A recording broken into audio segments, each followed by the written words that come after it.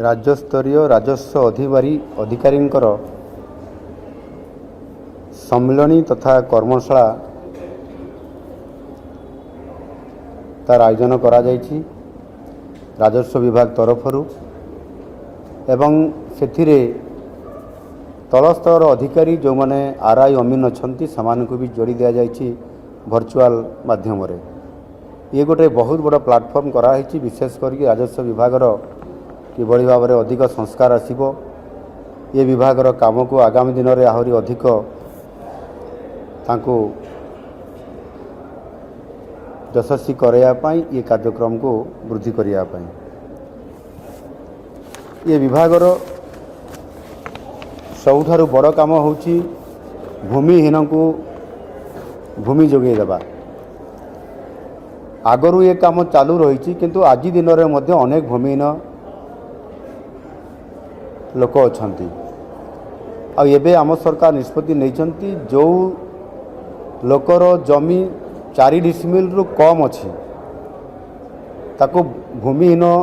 लोक हिसाब रे ताको गणति करा जिवो एवं तापाई मध्य जमी ताको जोगई दिया जिवो। ये गोटे बहुत पदक्षेप आम सरकार नहीं अनेक केस गुड़िक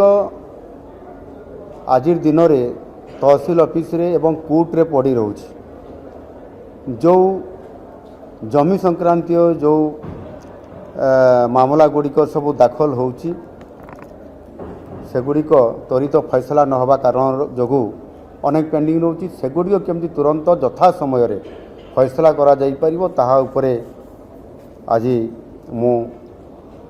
राजस्व विभाग अधिकारी मान को परामर्श देइछि। ता सहित जनजाति एवं जाति लोक मानकर जमी किणा बिका को लेकर अनेक समय रे जनजाति लोक मानकर विभिन्न समस्या देखा दी थाए से जानी पारती ना से जमी को हड़प कर निया जिबार लक्षण बहुत समय देखा जाउछि परे जना पड़े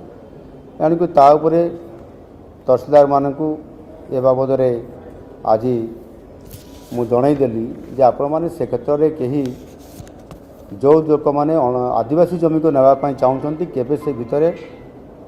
आपण कौन सी प्रकार रे सहयोग करंतु नहीं आदि धरा पड़े ताले निश्चित भाव में दोषी दंड पाइबे।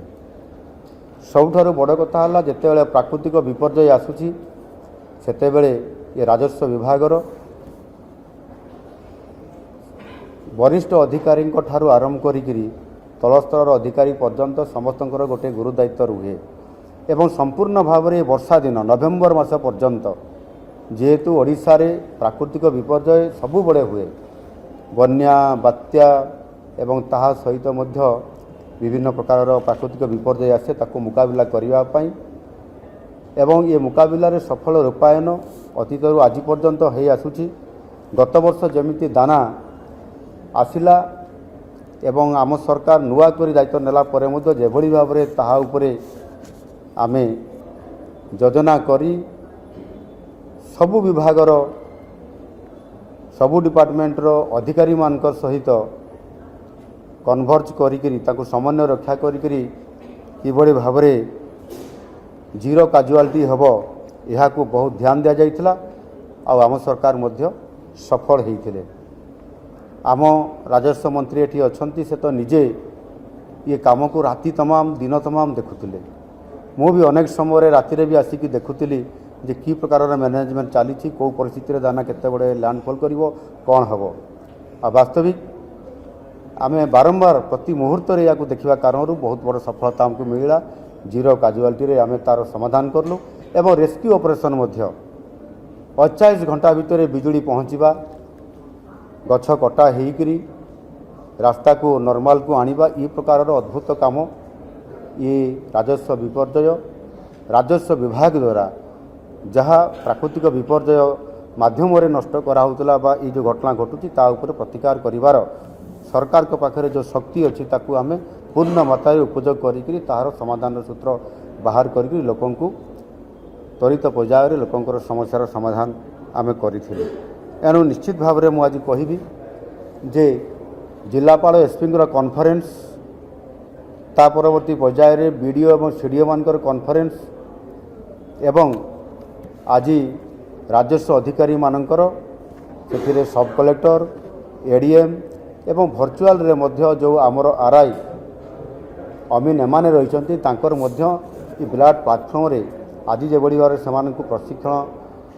अर्थात ये कॉन्फ्रेंस आ कर्मशाला जो करा जाउची यार आवश्यकता थिबारु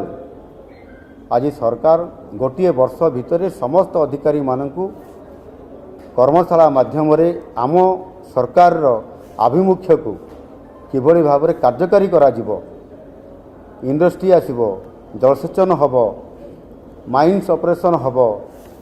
एवं रेल रोड विकास काम रे लैंड एक्विजिशन रो आवश्यकता अछि। ये सबु काम को जदि त्वरान्वित भाव में यथा समय करा जिवो ताले राजस्व विभाग रो भूमिका अतीव गुरुत्वपूर्ण ताकू आधार करी समस्त को एथिरे ये सम्मिलनी माध्यम ये वर्कशॉप माध्यम आहरी अधिक से चलचंचल करवा से सक्रिय करवा ये भूमिका हूँ राज्य सरकार जहाँ आम करुचु 2 दिन धरिक ये सम्मिलनी रे निश्चित भाव में ये राजस्व मंत्री उपस्थित रहीकि समस्त कार्य को तदारक करेंगे एवं आवश्यक हेले मु निजे मध्य पुनर्बार आसिक ट्रेनिंग आउ ये कार्यक्रम कर्मशाला किभली भाव में सफल देव से उपस्थित रहीकि या सफल करने पड़ो।